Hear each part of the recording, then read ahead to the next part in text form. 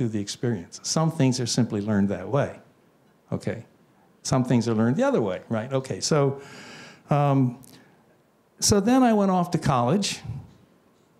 I went to Cornell University because I was a serious student and I wanted to play basketball. And they said, if you come, you can do both those things.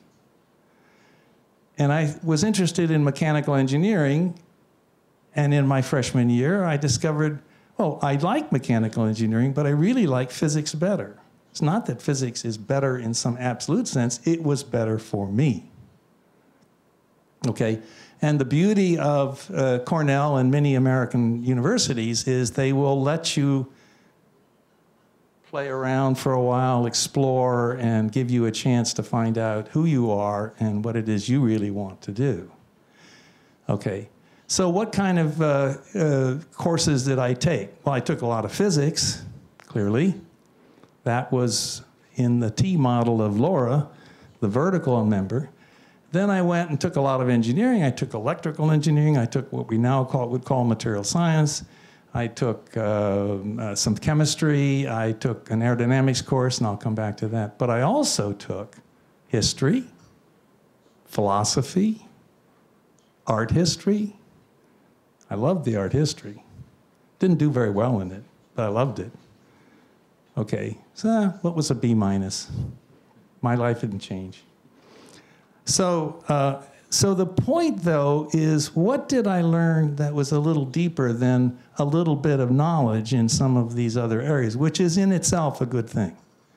But what I learned is if you go off to some other field, it's really, if you listen carefully, you finally discover that what makes it look so different at the first experience is the words. What do the words mean? Finally, you discover, well, I know what that means. I just use a different word for it or concept or whatever. I mean, you know, I could give you examples, but they're sort of boring and technical. So then once I got past that, I could, oh, this is what they're talking about. This is the concept. This is the idea. Okay? Gosh, that's sort of interesting. It's not what I want to do, but it is interesting. Okay? And I learned something very deep. First of all, a little bit about how to learn some of these things where you're not going to be an expert. But I also learned that if you probe and get in and understand, you will respect what they do. And therein lies something very important. Just because you want to be a physicist or a writer or an economist, it doesn't mean those fields are the best thing in the world. It means they're the best for you. There are many, many things in the world that are of value. And you need to learn that. You need to learn that they are of value and respect them for what they bring to the table, particularly as we get into this transdisciplinary kind of thing. Okay, what I talked about was largely coupling, say, physics and engineering. But now it's law, it's history, it's real philosophy, and whatever else. So it's a bigger challenge than I had. And that's for you all to try to meet. Yeah, and I learned something looking back. I don't think I fully understood this at the time, but I certainly do now. And Laura said this too. I am a firm believer in the disciplines. You have to know something well. If you don't know something well, you don't have anything to bring to the table when you get with other people, okay? But you learn something else. You learn what it is to know something well. You have standards. You understand when somebody knows what they're talking about and when they don't. Okay, and that is equally important. So in the breadth, okay, it helps to navigate those waters if you have a very good sense of what quality is. And you only get that by knowing something well, doing the work, getting in the studio, your crystal, radio, whatever it is, you'll learn. Now, the last thing I want to comment, again, it's a little bit personal, but that's what I'm doing here. The title of this little story is A Marriage of Arts and Sciences. Now, you might think I'm going to tell you something about my experience as the Dean of the Humanities and Sciences, which is Humanities, Sciences, and Social Sciences at Stanford. But I'm not going to do that. That's a wonderful story, but I'm not going to tell you that. I told you I took an art history course. This is when I was a junior. A year later, I met a lovely lady, intelligent, artist, painter, whom I married 3 months later. We were married 43 years, 3 children. She died, unfortunately, but it was, quite a life. So I led a life as a scientist who was dabbling in engineering, helped form a company, but all the time I had this other side of my life that was constant there on a day-to-day basis, meeting her friends and whatnot. It was a very, it's a very rich way to lead your life, okay? So open your eyes, try some things, go with the ones you like, marry a person you really like who can bring things to you of any kind that you don't have. And you will have a good life and you will serve society. And I wish you well, so go do it. Thank you.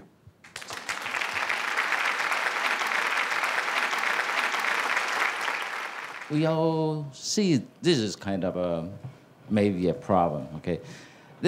Our student, after I have a constant contact with them, I think they have this kind of pressure, either from peer or from family, okay?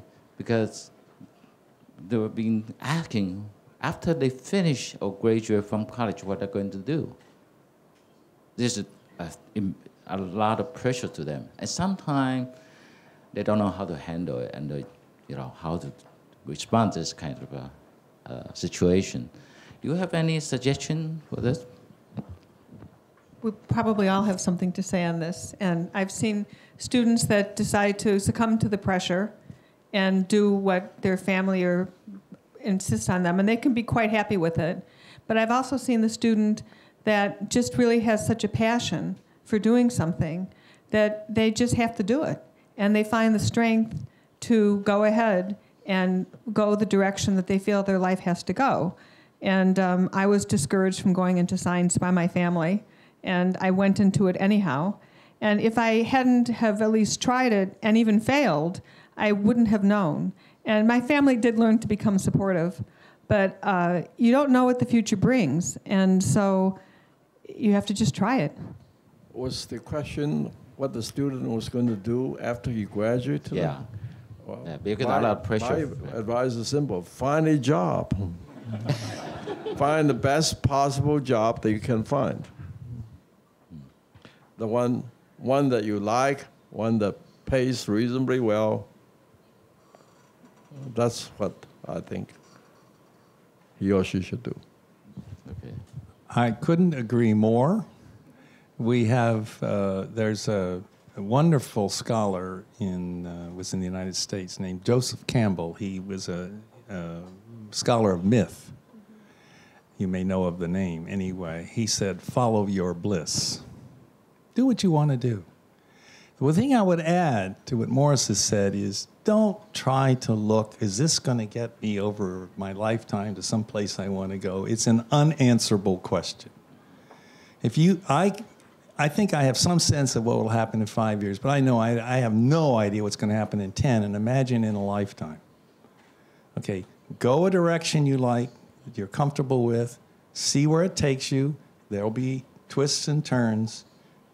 But if you are true to yourself in each of those turns, then you will get somewhere that's good for you. And if it's good for you, it's going to be good for society. Yeah, I think 3 of them already said it. Basically, follow your passion. And I still remember what Linus Pauling, a year before he passed away, when he gave a talk at Houston, he mentioned you do something that you really like, but at the same time, you do something that will earn you a living. But I really believe, and particularly these days, in our lifetime, we'll change our jobs many times, okay? So don't think the first job you get will be the last. With that kind of flexibility in mind, you'll do something really great.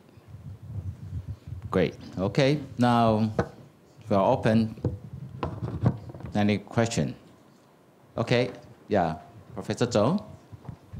A few days ago, I was invited to a college to deliver a talk talking about social innovation. And a young lady, the first year in college, asked me a question. If time go back to my age as you, which means that if I were at their age, but doesn't in 30 years ago, in current stage, what am I going to do? Do you know my question? She asked me, if I was stay at the current time when I was 20 years old, what am I going to do at this age? Which means that they want me to compare their stage with my own stage back to my age. So what you would, what's your feedback to answer the young mind's question? Thank you very much. Indeed, it's a very hypothetical question. There's no doubt about it. And I did mention that everyone's way can only work out by the person, he or herself. No one can find a way for yourself. I think the basic principles are still there, like what Mac just mentioned. The basic principle, in my view, is to follow your passion.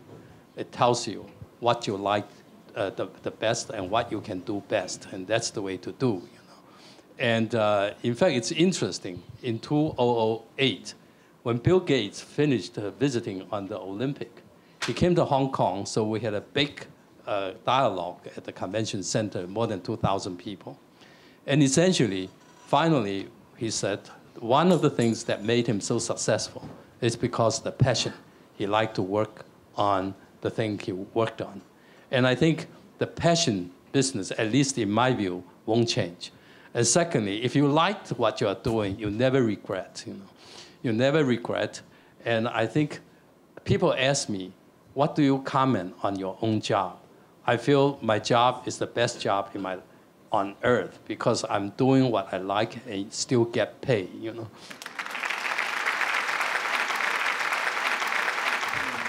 I want to ask, is any hard time from you when you make some decision, you want to follow your passion and it's conflict with something real? I want to ask about this kind of experiment. Well, I'll just go quickly. When I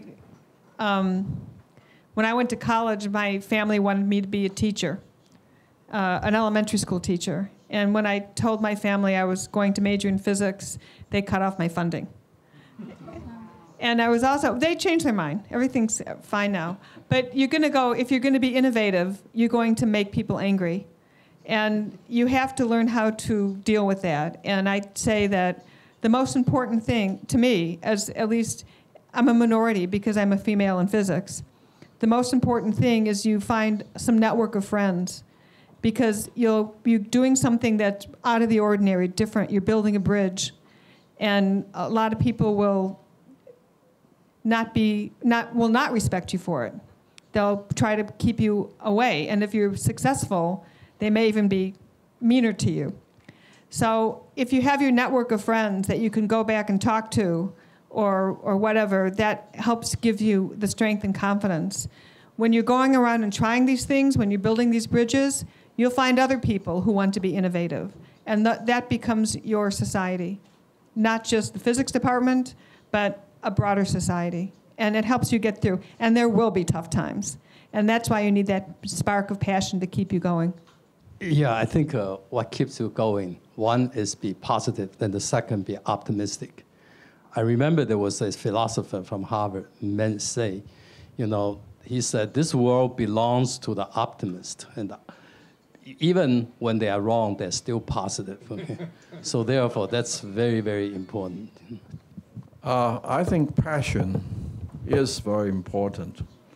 First, talking about me now, I am beyond the age where most people have retired for a long, long time. So why am I still working full time,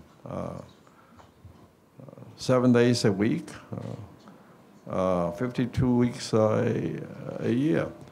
Well, it is passion about my company. It's a company that I have built And I want to continue to scale new heights. That's why I'm still working. And I think that's passion. Okay, I think time really flies. We can certainly continue with this conversation. Will be very, very helpful and very fascinating, but we have to stop. And I like all the audience to bring home the message that delivered today. Is so much insight and very valuable information. And certainly you can come back and look at the website. We have everything filmed, and you want to see more. Okay. Well, take this moment. Let's thank the panel member. A round of applause. Thank you so much for their work.